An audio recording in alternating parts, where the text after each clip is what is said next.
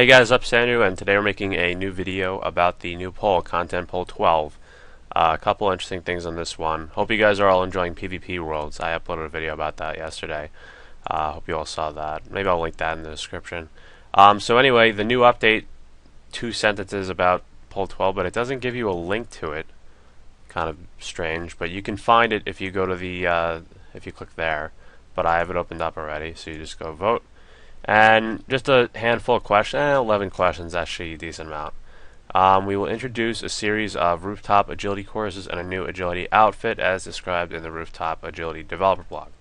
I'll link that in the description. I recommend you guys read that before you vote on this. It's basically a fun little like mini game sort of agility course thing that people suggested, and I don't know, it looks fun, and they're not gonna make it like OP where it's like extremely easy agility XP.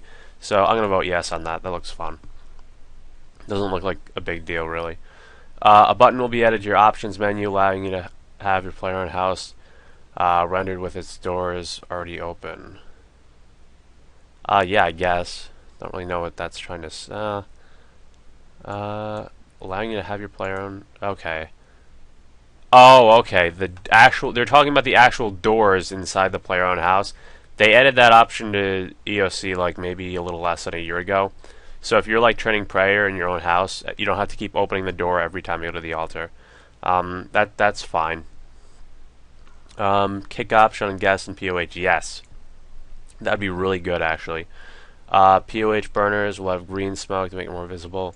Yeah, that would be actually really good because it's kind of hard to tell when they're out.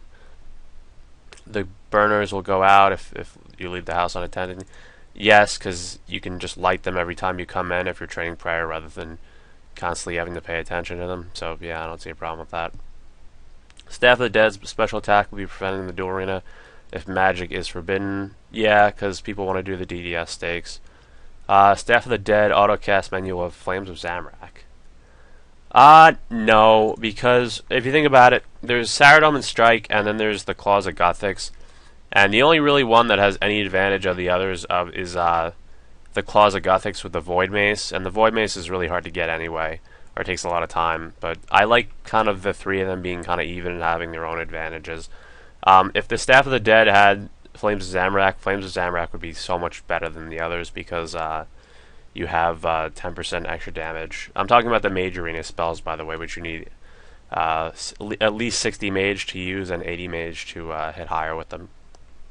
Godswords have no stab bonus, yet they have stab as their accurate combat mode. Changes to a crush combat mode. Isn't this like supposed to be one of the strength ones in like the regular runes? When Godswords were out in like during like before EOC, I think Godswords they had slash as everything, but they also had a crush option, which would be the strength one. But I don't even know why it's programmed that way initially, having no stab bonus but having a stab combat mode.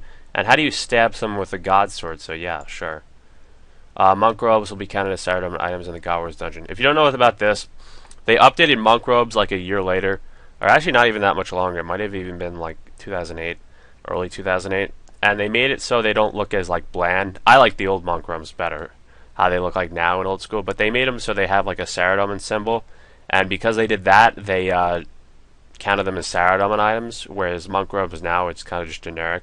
You know, it could be a monk of anything, but it's assumed to be Saradom, and so yeah, that's actually nice. And if you watch my Spiritual Mages guide, you can see why that would actually be really helpful. When you try to dismantle a God Sword, menu will pop up to confirm you definitely want to do that. Yeah, sure. I mean, you could. It has happened to people. Basically, the problem is, a Godsword blade, which is worth like 800k, protects over a hilt, which can be like 100 mil. So if you died in the wilderness and you accidentally dismantled your Godsword, you'd lose the hilt, but you would keep the blade. So you basically lose like 100 mil potentially. So having a little message box, I don't see a problem with that. This is a big one. A skill total of 280 will be required to vote in polls. I didn't mean to click yes or no for that, but I say yeah though, because I mean, if you don't have a skill level of 280, then you really haven't been playing very much. At the same time, that's actually a good question though. But Yeah, I mean, a skill level of 280, you can get that in like a day, quite honestly. Um, I know one of my newer members of my clan chats just said he was 30 combat, and he asked if a skill level of 500 was good. I mean, if he's 30 combat and he could have a skill level of 500, having 280, and you start out with like a pretty high skill level, a total level anyway. So yeah, I mean, I guess this would just prevent EOC players from just randomly like voting on polls, which is a game they don't even play, or people who just don't play at all voting. Because I mean, if you play this game, you have to have at least a 280. That's not a high requirement. So yeah, I'll go for yes on that. I can see an argument against it, but okay, let's check out this. Now. Have any of these not passed? Yeah, people just vote yes on these things now. It's like I think people just are used to these questions where it's like a right-click option will be added to travel or something like that, or this glitch will be fixed, or something like obvious, or like you have more a bank space, for example. Everyone's going to vote yes on that. So I think people have gotten so used to those type of questions that they're just voting yes on everything. Oh, wait a minute. That's in controversy.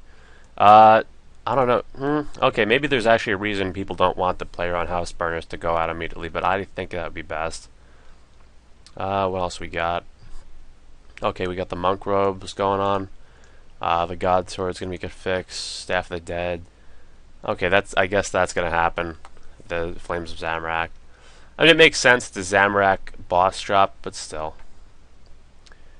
Kick option. We're gonna get that. We got the rooftop shit. What else we got?